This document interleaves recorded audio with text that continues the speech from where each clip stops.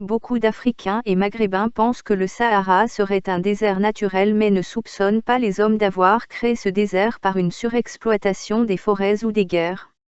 Des preuves archéologiques prouvent certes qu'une partie du désert libyen aurait été vitrifiée peut-être suite à une tempête solaire ou une guerre nucléaire antédiluvienne.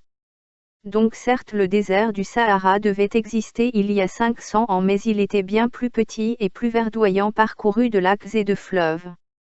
L'Occident accuse les éleveurs de bétail africains ou arabes et surtout les peuples nomades d'avoir détruit les forêts du Sahara. En fait ce serait faux car avant la colonisation française en Algérie par exemple il existait un barrage vert forestier entre le sud et le nord de l'Algérie qui a été détruit par les soldats français pour empêcher des résistants algériens de se réfugier dans les forêts. Une bulle papale autorise l'esclavage et le colonialisme donc les génocides et les pillages des Africains et des musulmans. La bulle Romanus Pontifex de 1455 est un des éléments marquants du pontificat de Nicolas V, sanctionnant la possession des territoires du Cap Bouche-d'Our en Afrique au roi Alphonse V. Elle accorde aussi une base légale à la colonisation et l'esclavage des non-chrétiens et même des protestants. L'Église catholique a joué sur un triple registre négrier, en coproduisant une idéologie de légitimation de la traite et de l'esclavage des Africains et de leurs descendants, en s'impliquant directement dans le partage des prédations négrières, enfin en étant bénéficiaire économique et confessionnel de la traite négrière. Extrait de la bulle du pape Nicolas V, du 8 janvier 1454, qui a eu pendant des siècles des conséquences désastreuses sur les Africains. Nous avions jadis, par de précédentes lettres, concédé au roi Alphonse du Portugal, entre autres choses, la faculté pleine et entière d'attaquer, de conquérir, de vaincre, de réduire et de soumettre tous les Sarrasins, c'est-à-dire les Africains, noirs, arabes et musulmans, païens et autres ennemis du Christ et même les protestants où qu'ils soient, avec leurs royaumes, duchés, principautés, domaines, propriétés, meubles et immeubles, tous les biens par eux détenus et possédés, de réduire leur personne en servitude perpétuelle, de s'attribuer et faire servir à usage et utilité ces dits royaumes, duchés, contrées, principautés, propriétés, possessions et biens de ces infidèles Sarrasins, africains et païens. Beaucoup de Guinéens et d'autres Noirs qui avaient été capturés, certains aussi échangés contre des marchandises non prohibées ou achetées sous quelque autre contrat de vente régulier, furent envoyés dans les dits royaumes. Les armées portugaises et espagnoles ont donc organisé des attaques le long des côtes algériennes et marocaines, sénégalaises et toutes les côtes africaines brûlant et détruisant les forêts où pouvait se réfugier la population fuyant les tueurs et esclavagistes européens. Ils ont pratiqué la politique de la terre brûlée. Puis les Portugais et Espagnols ont embauché les mulâtres nés des viols des femmes africaines comme mercenaires pour tuer et capturer les Africains, détruire tous les arbres, piller les troupeaux, l'or et tout ce qu'ils pouvaient détruire ou voler ils le faisaient, ils étaient sans pitié car motivés par des motifs religieux. Le continent africain a été vidé de ses habitants, on estime qu'entre 1454 et l'époque moderne le colonialisme occidental et la traite négrière a fait plus de 600 millions de morts africains. C'est l'un des plus grands génocides de tous les temps avec celui des Indiens d'Amérique qui lui aussi aurait fait plus de 600 millions de morts depuis cette bulle papale. Au total l'Église catholique serait responsable de la mort de 1,2 milliard d'êtres humains innocents dont des enfants, des bébés et des personnes âgées. Le pillage occidental incluait aussi l'abattage de millions d'arbres pour les besoins de l'Occident et la construction navale des bateaux servant à déporter les esclaves africains en Amérique. De plus l'Occident a détruit de nombreuses forêts en Afrique pour les remplacer par la culture du coton et du sucre, du tabac et du cacao ou du café pour les besoins de l'industrie textile occidentale et enrichir l'Église catholique puis protestante. La carte de Fra Mauro ou planisphère de Fra Mauro est une carte réalisée sur un parchemin durant les années 1450 par Fra Mauro, un moine camaldule italien. La carte représente de manière étonnante l'océan Indien et surtout la partie australe de l'Afrique, à une époque où aucun Européen ne s'y était encore aventuré. La carte de Fra Mauro prouve que le Sahara était verdoyant et comptait de nombreuses forêts, lacs et fleuves en 1450 et que le Sahara était construit avec des petits royaumes et des milliers de châteaux, donc le Sahara et l'Afrique étaient civilisés et construits, ce qui prouve que les historiens européens et les églises catholiques et protestantes ont menti en voulant dépeindre les Africains comme des sauvages et des criminels ou des barbares sanguinaires alors que la barbarie se trouvait de leur côté. Dès 1830, lors de la colonisation française en Algérie, le premier objectif de l'armée française et des troupes du général Bugeaud était la destruction de tous les arbres et de transformer le pays en désert aride, destruction des récoltes pour pratiquer une politique de la terre brûlée, destruction des forêts et des champs de blé pour affamer et exterminer la population, destruction des sources d'eau naturelle, des puits, des systèmes d'eau potable et des systèmes d'irrigation. La France elle-même se vante d'avoir asséché des zones marécageuses sous prétexte de combattre le paludisme et les moustiques. La France aurait fait assécher des lacs et des zones marécageuses qui servaient d'abri à de nombreuses espèces animales et végétales, ce qui a réellement transformé le pays en désert aride. Dès 1832, le ministre de la Guerre, M. Gérard, exprimant les appétits de la grande bourgeoisie financière et industrielle, n'avait pas attendu pour tirer les conclusions qui s'imposaient. Il faut se résigner, déclarait-il, à refouler au loin, à exterminer même la population indigène. L'idée d'une extermination de la population couplée à la colonisation des terres a donc caressé durant les 10 premières années de la conquête certains officiers militaires. Apporter des têtes. Boucher les conduites d'eau crevées avec la tête du premier bédouin que vous rencontrez, lançait le général Bugeaud à ses officiers. Tuer tous les hommes jusqu'à l'âge de 15 ans, ordonnait à sa suite le général de Montagnac avant de trouver la mort en 1845 à la bataille de la Tafna remportée par les troupes de l'émir Abdelkader. L'armée française empoisonnait les puits pour exterminer la population musulmane, brûlait les villages, les forêts, les récoltes, détruisait les mosquées, les hôpitaux, les écoles, les bibliothèques, les universités, les systèmes d'irrigation en eau et les châteaux d'eau.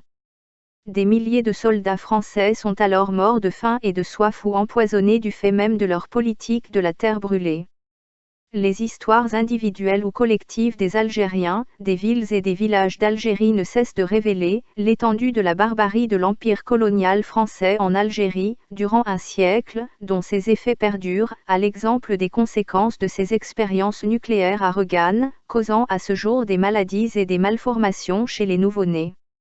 Ou bien par la perte d'un bras ou d'une vie, par l'explosion d'une mine ou d'une grenade de l'armée coloniale française.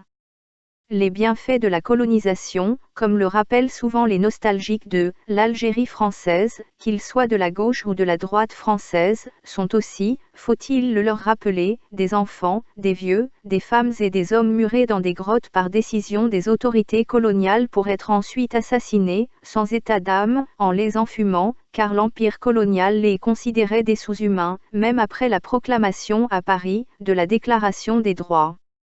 de l'homme, en décembre 1948.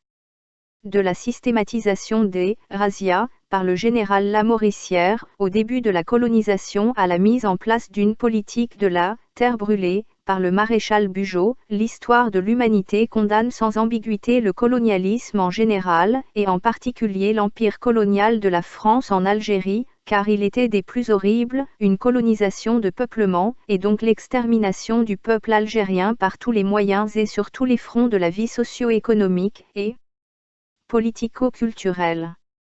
Durant la période allant de 1830 à 1871, la France s'est lancée dans une politique génocidaire émaillée de crimes de guerre et de crimes contre l'humanité plus horribles les uns que les autres. Les positions de ces différents acteurs, militaires et acteurs politiques français, penseurs libéraux ont montré de l'enthousiasme quasi unanime que suscitaient les conquêtes coloniales au sein des opinions publiques européennes en général et françaises en particulier, et les crimes les plus horribles étaient acceptés, voire soutenus et justifiés, car les Algériens colonisés car musulmans n'étaient pas considérés comme des êtres humains à part entière mais comme des sous-hommes, copiant ainsi Pharaon contre le peuple juif. Les essais nucléaires français bactériologiques et biologiques ont duré jusqu'en 1978. La France a détruit les forêts d'arbres d'argan de Regan et détruit une des principales richesses de l'Algérie qui était la production d'huile d'argan. L'Algérie était le premier producteur au monde d'huile d'argan, mais cette industrie a été entièrement détruite par la France qui ne voulait pas que Regan, la capitale géographique de l'Algérie, devienne la nouvelle capitale du pays après l'indépendance. De plus, la France a expérimenté diverses armes pour détruire ce qui restait de végétation en Algérie en répandant des agents tels que le DDT et l'agent orange ou des herbicides qui ont détruit des millions d'arbres entre 1954 et 1978. De plus, l'aviation française aidée par l'OTAN, donc l'Angleterre, l'Amérique et la Turquie, ont largué du napalm pour brûler des villages kabyles ou camerounais mais aussi détruire des millions d'hectares de forêts. Le résultat a été une terrible famine qui a tué des millions d'enfants au Sahel dans les années 70. Cette grave sécheresse qui sévit alors au Sahel africain et qui avait fait passer la surface du lac Tchad de quelques 22 000 km² à environ 8 000 km² en peu de temps a rendu désertiques des millions d'hectares de terres cultivables. Toute la France officielle a rendu hommage et pleuré la mort de l'industriel de l'armement numéro 1 et l'ami des présidents, Serge Dassault. D'Emmanuel Macron à François Hollande, en passant par Manuel Valls, tous les hommes politiques français ont salué la mémoire d'un homme de conviction et d'un grand serviteur de la France.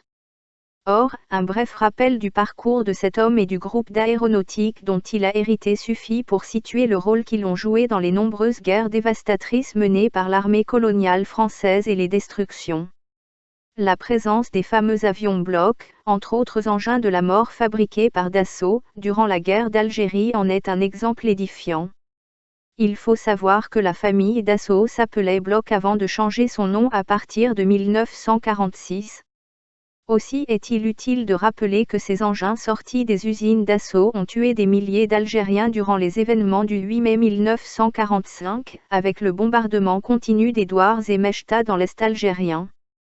Autre exploit, à ajouter à l'actif de cet industriel et de son empire d'armement, le largage de bombes au napalm, avec 5% d'uranium pour absorber l'oxygène, sur des régions entières de Kabylie et de l'Est algérien, et qui s'est vu multiplié lors de l'opération Jumelle, où l'état-major de l'armée française a lancé une impressionnante armada composée de 200 000 soldats, appuyés par d'incalculables escadrilles de l'armée de l'air. Ces bombes visaient à achever les combattants de l'ILN sur place puisque, s'ils ne sont pas tués par le feu, mouraient asphyxiés par des bombes au gaz de pétrole liquéfié dont les effets dévastateurs étaient accentués par des bombes thermites aux nanoparticules et poussières de magnésium et d'aluminium, autrement dit la thermite. Au Cameroun, en Libye, en Syrie, au Vietnam, partout les avions de Dassault ont semé la mort et le chaos et la désolation avec leur napalm et thermite et leur uranium appauvri, détruisant les arbres, les forêts et la végétation, tuant les troupeaux et les femmes et les enfants innocents. Kadhafi a fait venir en Libye des Sud-Coréens avec leur technologie de tunnelier géant pour construire une rivière souterraine, le grand fleuve artificiel de plus de 3500 km de long avec des pipelines, un projet de 30 milliards de dollars. Cette installation permettait d'alimenter en eau douce les villes côtières libyennes et de cultiver le désert avec des cercles d'arrosage visibles depuis l'espace. La Libye alors a pu produire des céréales et les exporter, ce qui a pu déplaire aux Américains qui n'ont pas vu d'un bon œil l'émergence de ce concurrent inattendu. Une coalition de l'OTAN comprenant la France, l'Angleterre et les États-Unis d'Amérique ont donc détruit cette rivière souterraine et les installations de pompage annexes. Encore une fois, l'Occident a transformé en désert un pays redevenu verdoyant, riche et prospère grâce à Kadhafi en désert stérile comme l'Irak, l'Afghanistan, le Soudan, le Yémen, la Palestine, la Syrie, le Mali, le Tchad, le Niger, la Somalie ou Djibouti et bien d'autres pays. L'Occident reste toujours le même depuis 1454 jusqu'à 2020, aucune différence que l'Occident soit religieux, ou communiste ou athée, capitaliste, démocrate ou républicain, droit de l'homiste, humaniste ou pas, rien ne change sa nature mortifère, génocidaire et malfaisante. Avec la manipulation du climat et les épandages aériens de chanterelles, la 5G et les pesticides et herbicides, la sécheresse, le réchauffement climatique se répandent partout dans le monde et également en Occident.